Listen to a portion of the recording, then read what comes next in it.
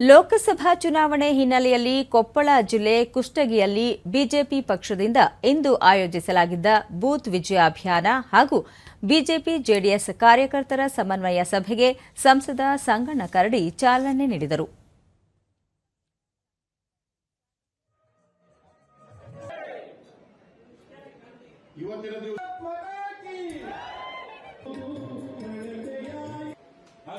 ನಂತರ ಸಭೆಯನ್ನುದ್ದೇಶಿಸಿ ಮಾತನಾಡಿದ ಸಂಗಣ್ಣ ಕರಡಿ, ಪ್ರಧಾನಿ ನರೇಂದ್ರ ಮೋದಿ ಅವರ ನಾಯಕತ್ವದಡಿ ದೇಶ ಎಲ್ಲ ಕ್ಷೇತ್ರಗಳಲ್ಲಿ ಸರ್ವಾಂಗೀಣ ಪ್ರಗತಿ ಸಾಧಿಸಿರುವುದಾಗಿ ತಿಳಿಸಿದರು.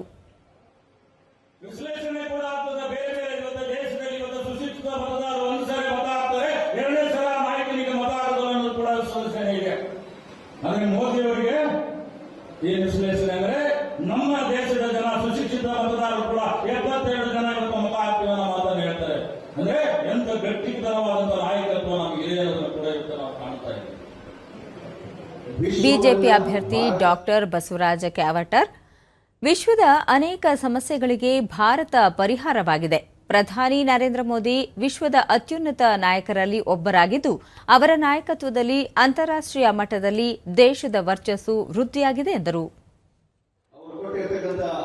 ಆಡಳಿತ ಭದ್ರತೆ ವಿಷಯ ಇರಬಹುದು, ಆರ್ಥಿಕತೆ ವಿಷಯ ಇರಬಹುದು, ಅನೇಕ ಅಭಿವೃದ್ಧಿ ಕಾರ್ಯಗಳನ್ನು ಮಾಡಿದ್ದಾರೆ.